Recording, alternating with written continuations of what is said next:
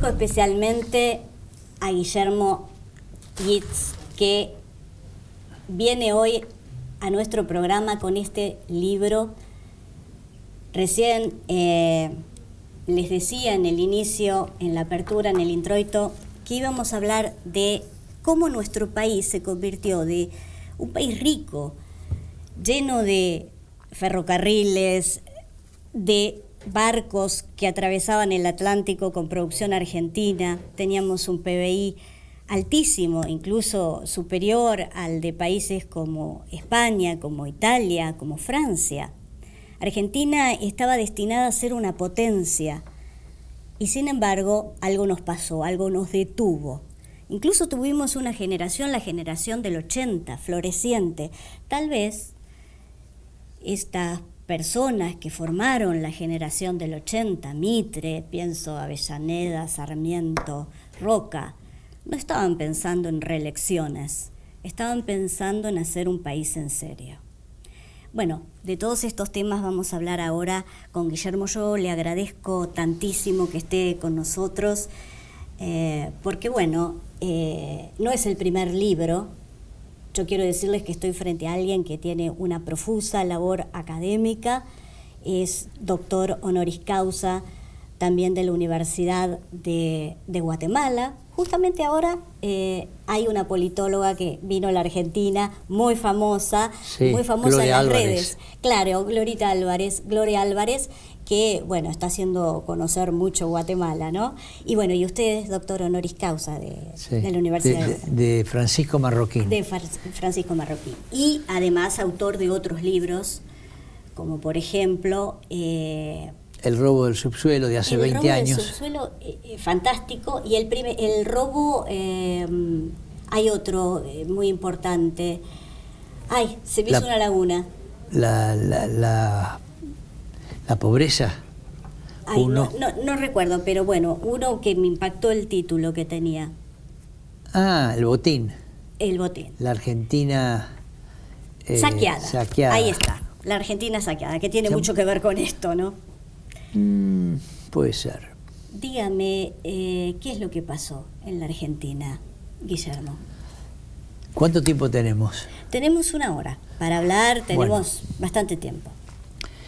Yo diría que el tema ¿qué pasó?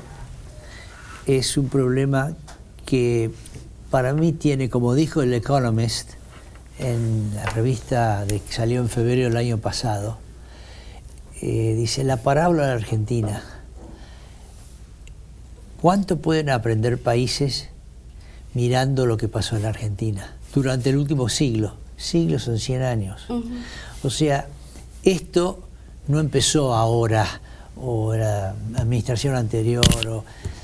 Es una cosa que se va juntando de a poquito y no se dan cuenta la gente que vive ni los extranjeros hasta que un día estalla, ¿no? o se pone complicado. Yo diría que dividiría el tema ¿qué pasó en la Argentina? en cuatro secciones. Una es la colonización de América. Se hizo por España y por Inglaterra. ¿Qué diferencias había? Los que fueron a América del Norte fueron por un problema de libertad de culto, de libertad de religión. Los que vinieron acá vinieron por la corona a buscar riqueza y a convertir 80 millones de indígenas al catolicismo. Vinieron por las regalías, ¿no? Entonces haríamos como un primer distingo entre lo que significa la colonización y la conquista. Sí. Así que, bueno, y entonces, pero la palabra que los distingue es tolerancia. El que venía, que diría libertad de culto, tenía tolerancia con alguien que Mahoma era su Dios. Los que vinieron a América Latina no tenían tolerancia. El de la espada no le pedía si le podía sacar el oro al inca o al indígena. No vino para quedarse, vino para extraer. Extraer y si no usar mano obra barata. Claro. Que es decir, vino con una cultura extractiva.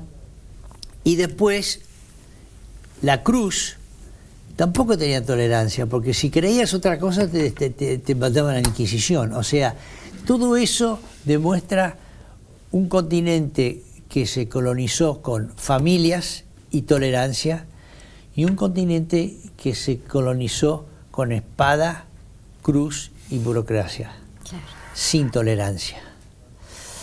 Y de ahí yo pasaría a la segunda etapa, porque esto es todo lo que van los genes, los antecedentes, las costumbres que van formando a las naciones, ¿no? La segunda es cuando se independizan los países de América Latina. Ahí tenemos, bueno, primero los caudillos manejan, casi todos los países caudillos manejan, llega 1852, Urquiza desafía a Rosas, y ahí escribe una constitución Alberdi, con apertura de inmigración, apertura de inversión, apertura de intereses a venir a comerciar con cualquiera. Así que ahí empieza, digamos, el crecimiento argentino. Ahí empezó en realidad. Empieza con la institucionalidad, ¿no? Con una constitución. Ahora hay una cosa acá que uno muchas veces lo pasa por alto. Si uno le pregunta a cualquiera, ¿la Constitución de 1853 es liberal? Sí, es liberal. Y yo te diría que en la parte más importante de crecimiento del hemisferio norte, esa parte la guardaron para el Estado, que es el subsuelo. ¿Qué es lo que más ha crecido en el mundo? Todo lo que es luz, electricidad, y todo lo que es automotriz, porque son muchas industrias. Esas dos cosas, donde el dueño del subsuelo era el Estado, que en la Constitución está, en la Constitución argentina le dan a uno de los concejales que incorpore la legislación minera de España. Y ahí incorpora las ordenanzas de Nueva España y México, del siglo anterior. Eso la gente no se dio mucho cuenta, porque 1850 nadie buscaba minas, a lo mejor, pero no tenía importancia, no le dieron importancia. Pero había gente pensando, Alberdi, pensando en las bases y dando sustento a todo claro, esto. Alberdi y el grupo de la generación del 37 la tenía muy clara. Pero yo lo que digo, ni el resto de la élite, ni la población la tenía clara.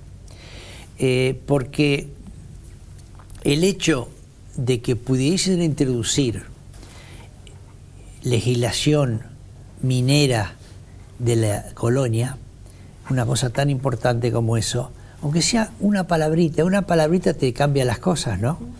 Y eso entonces fue lo que en la Argentina hubo 7 empresarios que quisieron, sabiendo que empezaba el querosén con luz, que quisieron pedir un contrato de posesión que se permitía antes. Y el Poder Ejecutivo Nacional, hoy la justicia, le dijo que no. O sea, importábamos querosén para la iluminación de las calles. Y gente, empresarios, un tipo Jujuy, de Salta, Mendoza, está descrito los nombres y las compañías en este libro que te digo, Robo el Subsuelo, no permitieron. Entonces, cuando el Estado encuentra petróleo en Comodoro en vez de agua, estamos buscando agua. Fue un hallazgo. Fue el Estado Nacional, que el Código de Minería no permitía que el Estado explore o produzca, lo hizo. O sea, es una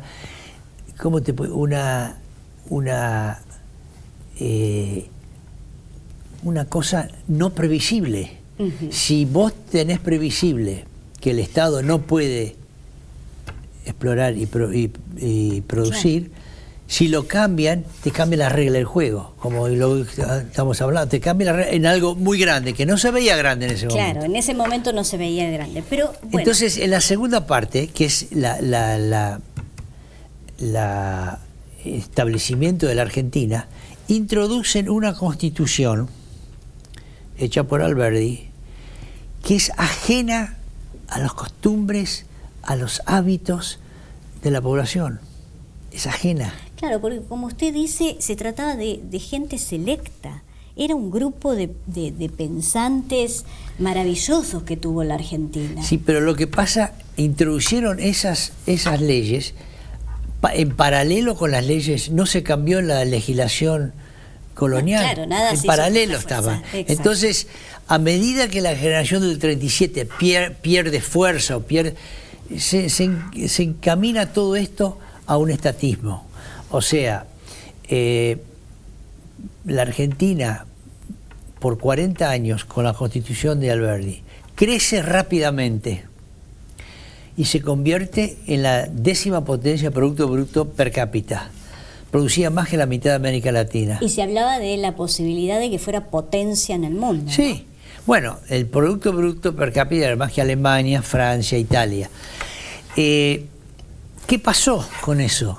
¿Cómo se puede perder un país? Teníamos el comercio exterior, 50% del comercio exterior era argentino en Latinoamérica. Bueno, la estadística más impactante es Argentina del mundo, sí, tenía el 2.81 del comercio. Claro. 2.81. Hoy es 0.4. Es 0,4. Entonces uno dice... Sí, son cifras de la semana pasada, 0,4. Ha ido cayendo. Oficiales. Sí.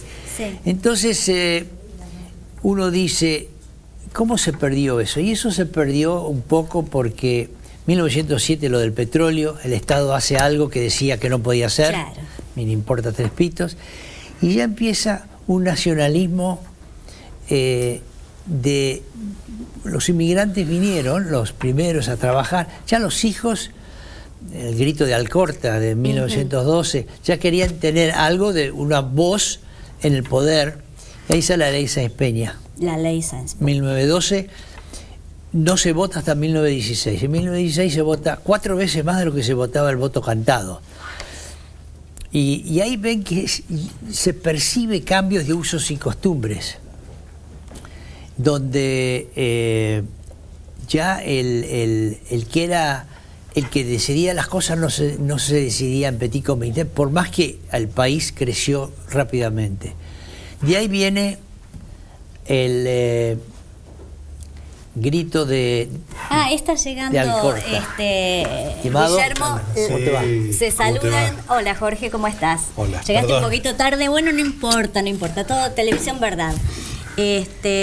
Bueno, Jorge Enríquez en la actualidad preside Justicia Justa, ¿no? Justa Causa. Justa Causa, perdón, hoy estoy terrible.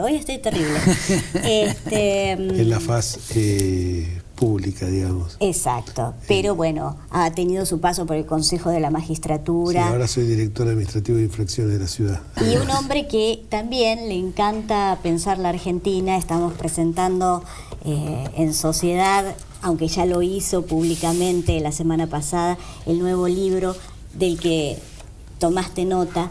Y además, Jorge, vos tuviste una impresión, me interesó un artículo tuyo en ocasión del Día del Maestro, en el que advertías que había una relación entre la falta de exportaciones o sustitución de exportaciones y la ignorancia, digamos, o la situación mala de la educación en la Argentina. La sustitución de exportaciones, Exacto. la verdad que es una aberración que dijo... Y tiene que ver con la Silov. competitividad, ¿no? Compre argentino. Compre Claro. argentino. Esto me acuerdo, yo la verdad que lamentablemente uno a veces no quiere estar en un terreno permanentemente censor, enjuiciador, pero me hizo acordar algo que escuché en alguna oportunidad de Aldo Ferrer, que era vivir con lo nuestro. Y yo decía, ¿cómo en un mundo globalizado, en un mundo donde se es absolutamente interdependiente, alguien puede decir vivir con lo nuestro? Bueno, pero antes de Ferrer hubo otra gente, la gente Cepal. La gente Cepal influenció todo el América Latina. Y no con quiero parecer como para que me tilden de gorila, pero me acuerdo, yo no era muy niño, que en mi casa se repetía que Perón decía: ¿quién ha visto un dólar? ¿Quién ha visto un dólar? Bueno, y eso terminamos comiendo pan negro. Sí. Señores, hoy lo están diciendo algunos de los políticos que se presentan en las elecciones, y le voy a pedir al señor director, a Carlos, que nos muestre las placas. Tenemos algunas placas donde hay definiciones de ese tipo, donde se dice exactamente que podemos vivir con lo nuestro, debemos vivir con lo nuestro, y además dicen algo que lo aclaran, además públicamente, lo cual me parece bueno, ¿no? Ahí estamos viendo, todo es éxito en Argentina, y se puede constatar porque, bueno, a la gente va al cine. Esto es como lo que dijo Aníbal Fernández, y nosotros estamos atados al mercado interno. Claro, son frases que a lo mejor suenan lindas, rimbombantes, sí, como cuando la Argentina está condenada al éxito, dijo Duhalde, y así no fue. Pero está marcando la delincuencia es una sensación. Es una sensación. Es una sensación. No, esas cosas son, Dios mío. La más grave de todas, ¿sabes cuál fue? Cuando Kicillof dijo que la seguridad jurídica era un concepto horrible, no se estaba dando cuenta del impacto que eso generaba en un país que tiene que estar ávido de inversiones, pero de inversiones saludables, no de inversiones tóxicas. Y bueno, cuando dijo eso, yo cuando me refería al tema de la educación, lo escuchaba recién hablar a Guillermo, cuando estaba entrando, y hablaba de lo que fue esa Argentina del 1880 hasta 1930, en los años 20, un obrero argentino tenía un nivel de vida mucho más grande que un obrero, mucho más elevado que un obrero norteamericano, que un obrero europeo. Y bueno, y había una movilidad social ascendente que lo inmortalizó también Florencio Sánchez en Mi hijo el doctor, que era la posibilidad de que aquel... Él era labrador y el hijo por medio. El hijo, bueno... lamentablemente les digo que ahora... cuando fue el acto de asunción de Mansur, la gente gritaba doctor, doctor, o sea, muy poco cambió, ¿no? Mire usted, pasó el tiempo, pero esa cosa que era tan interesante, Mi hijo el doctor, que realmente se convertía a la educación, bueno, quedamos otra vez en pañales. Yo les quiero decir esto, porque recién ustedes hablaban de la seguridad. Esto lo dijo Daniel Scioli. Argentina es un país fantástico para la seguridad. Claro, bueno, lo que decía este es el primer gobierno en detener a bandas de narcotraficantes. Y nos convertimos en un país que ahora reúne todas las características de ser un país que es un paraíso para los narcotraficantes. Con lo que pasa es que los puede detener porque ahora hay. Es decir, antes no estaban. No, claro, pero además no se desmantelan las redes, acá hay connivencia con políticos, acá hay connivencia con el poder directamente. A ver, yo no creo que podemos hablar, como lo estaba haciendo muy bien Guillermo, con lo que nos pasó, ese modelo que marcó la generación del 80. Había dicho que había cuatro cosas que yo veía en la decadencia argentina. Uno, la diferencia en la colonización. Unos con tolerancia, otros sin tolerancia. Espada, cruz y burga. Segundo, cuando se independiza la Argentina, la Constitución es copiada o prácticamente la de California. Sí. Y no lo hizo Alberdi por no encontrar otra, lo hizo porque México había sido colonia de España y California había sido un un estado de México. Eran latinos, los mismos usos, hábitos, costumbres, y dijo, si pongo esta Constitución, California 10 años después era otra cosa, si pongo esta Constitución, tiene que ser igual. Y yo le doy un ejemplo de eso. Cuando estaban los españoles, 1846,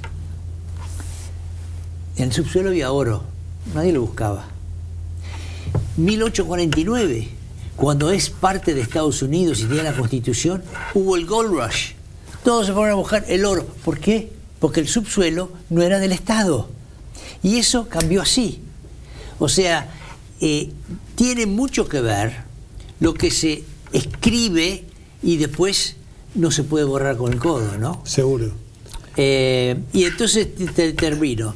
El próximo área es el crack del 29, que tuvo el golpe de Estado del 30. Esa década se infiltra el gobierno en toda la economía.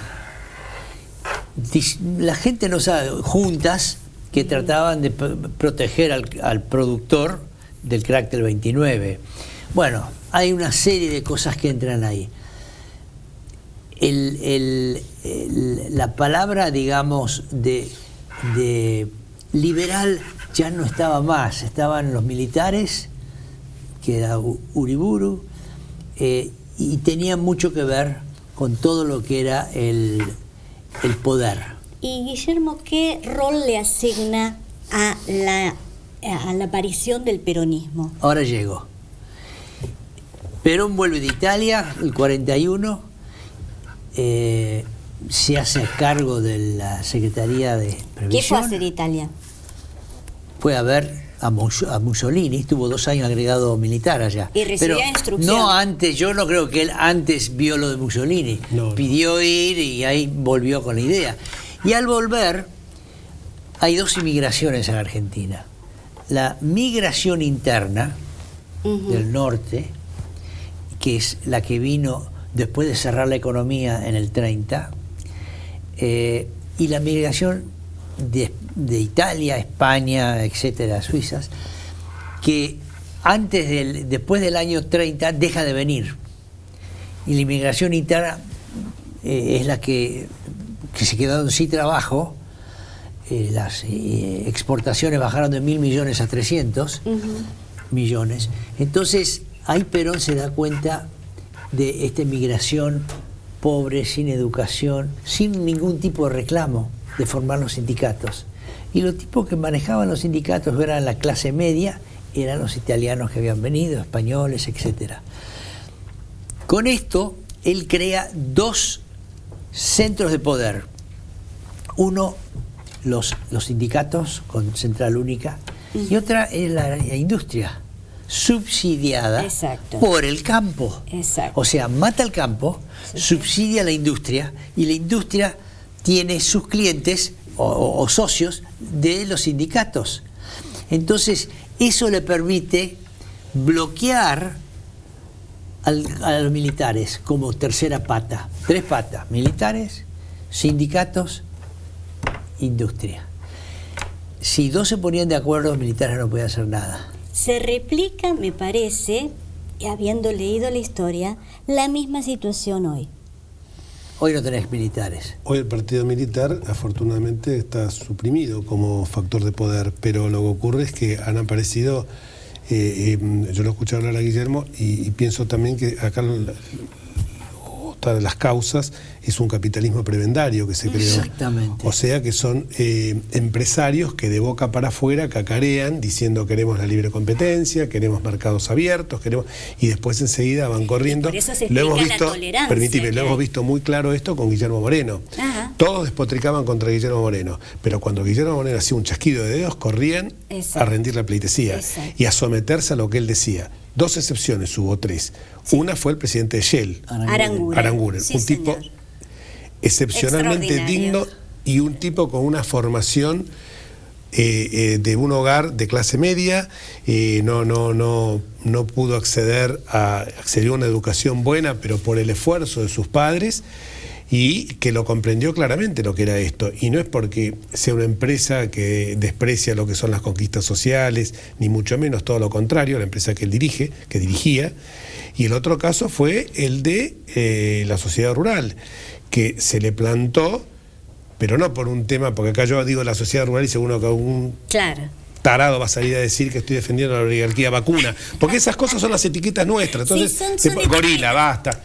No, Yetes, Guillermo Yetes, es un lenguaje argüelino, derecha, porque en basta, realidad no es un liberal, conserva, fuera de la... Sí. Porque es así, te etiquetan así, entonces no te dejan ni siquiera poder expresar tus pensamientos. Entonces, vos decís, cuando la sociedad rural se le planta, no se le está plantando defendiendo a los grandes terratenientes, porque lo que se quiso hacer son chacareros, porque la reforma agraria ya se fue dando, y acá también van a decir que es un concepto de la derecha, pero se fue dando a partir de las sucesivas divisiones que se fueron dando en los campos. O sea que esas unidades pequeñas se fueron dando simplemente por una ley de la vida, por las herencias, por las divisiones que se hizo, por la constitución de sociedades. Y este campo... Y por el acogote, exacto, que le hicieron en la época peronista. Con el famoso IAPI, con todas las... IAPI fueron las 25 IAPI. juntas. Lo único que tienen que hacer es poner un nombre. IAPI, sacamos una junta Esto es mío y todo lo recaudado. Vos a veces ves algunos que coquetean, hoy yo lo veo con las elecciones, que algunos coquetean que dicen, bueno, Scioli o Macri, o sea, no hay una convicción de decir voy a este camino, no, voy a ver con cuál de los dos me puedo acomodar, porque es un capitalismo prebendario, como también este prebendarismo se fue a la política.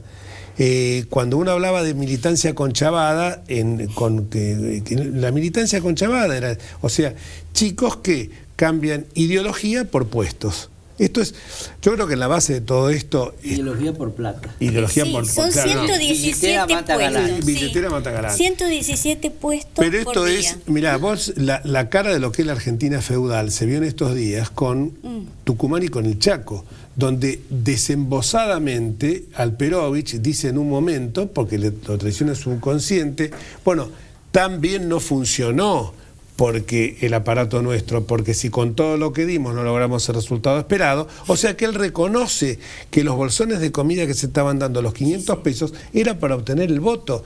Esa gente, que la presidenta no salga diciendo que es voto calificado, ni mucho menos, todo lo contrario, se trata de elevar a la población. Esa gente, los abogados decimos que tiene una persona, cuando realiza un acto jurídico, tiene que tener discernimiento, intención y libertad. Que si no tiene uno de estos tres caracteres, está viciada la voluntad en el momento de constituir o de crear un acto jurídico.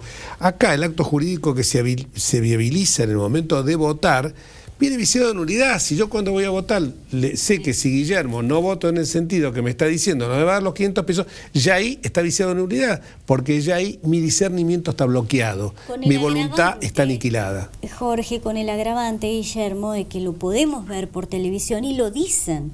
Lo hago porque me dan 100 pesos, 500 pesos y lo necesito. Es decir, lo están diciendo hasta públicamente. Yo he visto por televisión una señora paraguaya que venía a votar acá. No, o sea, vive en Paraguay. Claro, y sí, tenía documento de la hija, todo.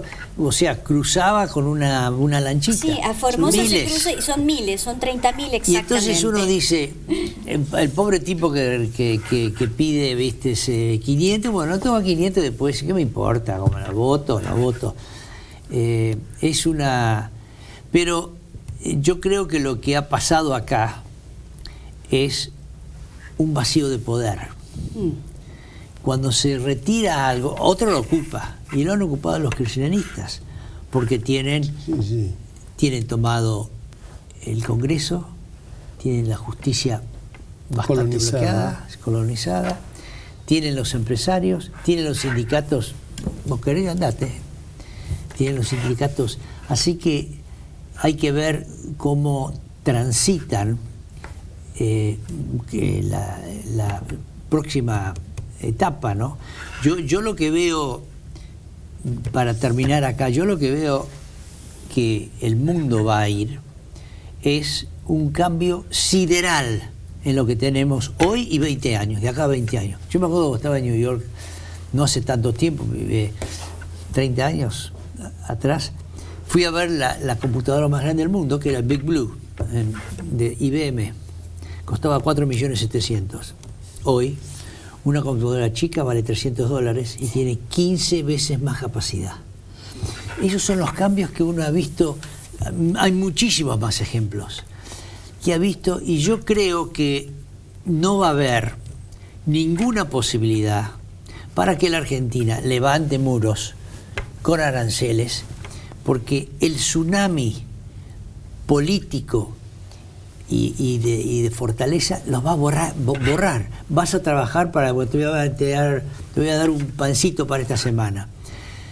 Ayer estaba viendo a Jinping y Obama, se reunió con los empresarios, entonces Estados Unidos, diciendo cómo pueden comprar cosas.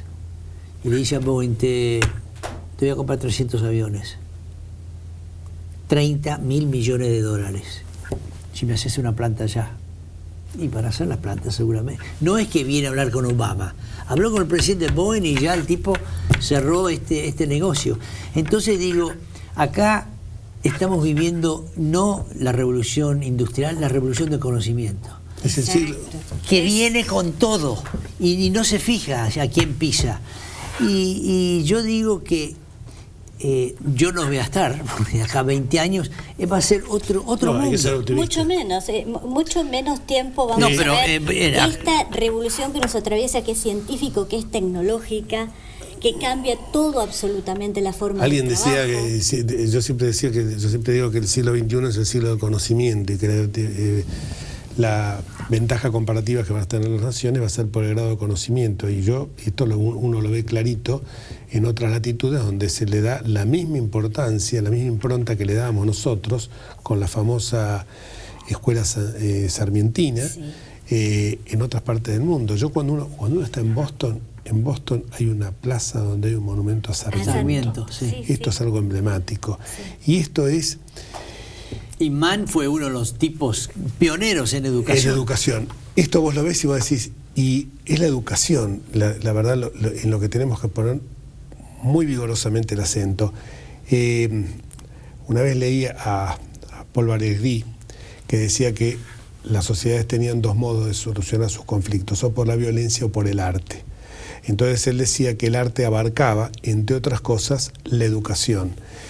Pero la educación en el sentido de una persona mal o bien educada, pero no en cuanto a sus conocimientos, sino en cuanto a sus comportamientos, porque después teniendo esos comportamientos, automáticamente era como un vaso comunicante que se trasladaba al conocimiento y viceversa. Y decía que el comportamiento se basaba básicamente en tres pilares.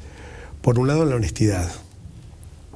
Razonemos el tema de honestidad, que se vincula con la corrupción, con la famosa y tristemente célebre picardía criolla. Por el otro lado, el respetar al prójimo, y por el otro lado lo que los romanos decían alterum non laedere, no dañar al prójimo. O sea, no solamente respetar los derechos del prójimo, sino también no dañarlo. Y cuando pongo el acento en la corrupción y pongo en la picardía criolla, me acuerdo, mi padre era contador. Y me decía, murió en el año 1976, y me decía siempre que el mal de este país, pasaron casi 40 años, el mal de este país es la picardía criolla, la viveza. Borges lo dijo claramente, dijo, para un argentino es menos doloroso que le digan inmoral que le digan sonso. O sea, al argentino le molesta menos si le dicen que sos inmoral, que en cambio que le dicen que sos sonso, bueno, o la palabra más típica de los chicos. De los chicos, que la repite constantemente. Entonces, eso es la picardía. Ahora, no nos damos cuenta que esto es como un círculo donde, porque aparte hay un estado bobo, fuertemente bobo, porque el estado se considera fuerte, pero es un estado bobo, un estado tan bobo que hizo que 194 chicos murieran hace casi 10 años o más de 10 años en Cromañón. Yo en el momento que tengo la picardía criolla que se evidencia en el sobreprecio o en lo que le das por debajo de la mesa al tipo para que te consiga la entrada más adelante en el cine, que después de ahí empieza a hacer un disparador. Yo te hago una pequeña engañifa a vos. Vos se la haces a Guillermo y Guillermo me la hace a mí. Y en definitiva, todos quedamos entrampados y no nos damos cuenta que la viveza mía se transformó en que en un momento a mí también me iba a pasar eso. Porque... Claro, y va degradando aparte los niveles. Y baja el nivel de actividad. Y aparte va lesionando la confianza entre la gente.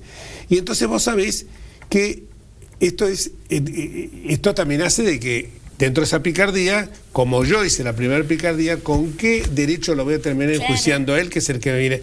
Esto hace también que los niveles en una sociedad se tornen muchos más laxos. Y entonces el que la hace no la paga. Exacto. Se dinamitó la confianza. Esto, claro, el de afuera lo ve. Un economista una vez me dijo, mira, el mundo se mueve de esta manera. Hay un economista radical. Hay un montón de... a la mañana cuando se levantan, imagínate, cuando se levantan los grandes inversores mundiales, hay como una consola donde se fijan donde están luces verdes, naranjas y amarillas, para ejemplificar de toda esta manera. ¿Dónde van verdes, amarillas o rojas? ¿Dónde van a poner la plata? En el lugar donde vieron la alarma colorada o en la verde. La van a poner en la verde. Pero ojo, los tipos también se fijan que en la verde no sea, porque uno dice muchas veces... hay mucha competencia y baja la utilidad. Exactamente. Entonces te vas acomodando más cerca del riesgo, no a la colorada que parece el capital. Que claro, ya no es... y encima los tipos lo que buscan también, como buscan la seguridad jurídica, no les interesa ir a un lugar donde vas a invertir 10 y al año vas a retirar 100. Porque si vas a invertir 10 y vas a retirar de 100 de una manera absolutamente nociva, es porque en el camino fuiste repartiendo prebendas, coimas por todos lados. Que eso es lo que se buscaba de esta manera. Yo me acuerdo cuando un Guillermo Moreno va y le dice, bueno, te voy a dar esto. Y lo pongo Guillermo Moreno, que después de las cosas que pasaron después de Guillermo Moreno, un día terminé diciendo que era Heidi en relación a otras cosas, ¿no es cierto? Pero cuando un Guillermo Moreno lo venía y lo apretaba, porque no, si no te doy un permiso de cupo de exportación, si no me compras vino para exportar. Sí, claro, vino se lo hacían a veces no podés dar los nombres, ¿sabes? Porque si das los nombres, por eso cité dos casos. A todos los grandes se lo hacían. A todos los grandes se lo hicieron. Cité dos casos que se le plantaron, Echeverre y en el caso de la ciudad rural y en el caso de Shell. Debe haber algún otro por ahí. Sí, diría también, ¿sabes qué? La UCA con el Observatorio Social o el Colegio de Escribanos que permanentemente envía las estadísticas que tanto le irrita al gobierno, pero son estadísticas donde dice si baja la actividad de los notarios es porque evidentemente el mercado inmobiliario está detractado. Y el mercado inmobiliario está detractado porque la construcción, que era lo que decía, ya que muchas veces se lo menciona tanto a Keynes, era un factor dinamizador por el efecto multiplicador que tenía en todos los sectores de la economía. O sea que lo que pienso es, mirando hacia el futuro, la educación es un pilar fundamental, la seguridad jurídica y por supuesto también el respeto irrestricto a la Constitución. La Constitución del 53 no era tan mala. Yo acabo de hacer un comentario. No era mala, mejor dicho, era muy buena. Yo con la Constitución del 53 tengo algunos problemas. Albergas en la Constitución, que trae toda la inmigración, la inversión, el comercio, etcétera, etcétera. Convive con la legislación hispana. Y más que convive, en el mismo año de 1853, Mariano Fragueiro saca todo lo que sea legislación minera, son las ordenanzas Nueva España y México. En ese momento nadie le dio bolilla porque no existía el petróleo, prácticamente no existía, empezó ahí en Rusia, en Estados Unidos, no existía. Y entonces, ¿qué le importaba que el subsuelo fuera del Estado? Y acá hubo 7 intentos de emprendedores que le pidieron primero a los gobernantes de la provincia y después a la justicia federal, y le dijeron que no, 7 en un periodo de 40 años. Cuando encontraron agua, entonces el tipo salen como, no, es el petróleo. Y ahí tenés inseguridad jurídica. Exacto. Empiezan a trabajar 22, antes, el 10, el Ministerio de Agricultura, explorando y produciendo, y Código de Minería 1886 le prohibía. Eso es inseguridad jurídica. O sea, no lo ves porque las inversiones venían, y trabajaba, pero me hace acordar un dicho que había en la colonia: la ley se acata pero no se cumple. Pero no se cumple, claro. ¿Y cómo es posible que podías comprar géneros acá en Buenos Aires al 20 o 30% del que venía de Cádiz, Panamá, Lima, Salta, Córdoba, acá? El contrabando, lo compran. El contrabando. Los virreyes, lo que acaba de decir, se acata pero no se cumple. Ahí arranca, cuando uno habla de la corrupción, arranca ahí. Se acata pero no se cumple. ¿Por qué? Porque la voluntad del gobernante estaba sobre la ley. Por el concepto patrimonialista, y no quiero con esto que alguien piense que estoy dando una cátedra de gorilismo, pero el concepto que empieza con el populismo. ¿Por qué no tenemos que cuidar con el tema de las palabras? Se han socavado el valor real de las palabras. Pero por supuesto, ¿verdad? Porque hoy les molesta que uno diga, hoy les molesta. Y esto, cuando hablo del peronismo, no hablo de los peronistas, porque hay gente que sanamente cree en una doctrina que yo también comparto, que es una doctrina que tiene que, como es la doctrina social de la Iglesia. pero que esa doctrina social de la Iglesia no tiene nada que ver con el peronismo, porque el peronismo el peronismo es el populismo, y ese populismo ha estado enraizado también en el partido militar. Yo diría que ni siquiera es un partido. Peter Snow decía que era una facción, ¿no? Sí, pero el populismo es algo que, mira, yo siempre pienso una cosa: la Argentina debe ser el único país donde la experiencia no se transforma en enseñanza, y el populismo nos condena a vivir en un eterno presente. ¿Sabes por qué? Porque si miramos hacia el futuro, decimos, nos quedamos sin stock ganadero, nos quedamos sin stock lechero, nos quedamos sin recursos energéticos, sin infraestructura vial. Pero señores, ya estamos, y con esto vamos cerrando, lo que va a pasar es que ellos saben que muchas personas en la Argentina tienen algo ahorrado y van por eso. Bueno, les agradezco a todos, le agradezco a Guillermo, lo voy a leer, voy a hacerlo, y gracias, Jorge, por venir. Después vamos a ver si te quedás en el segundo bloque y hablamos un poquito de economía y de estas cuestiones de inseguridad jurídica.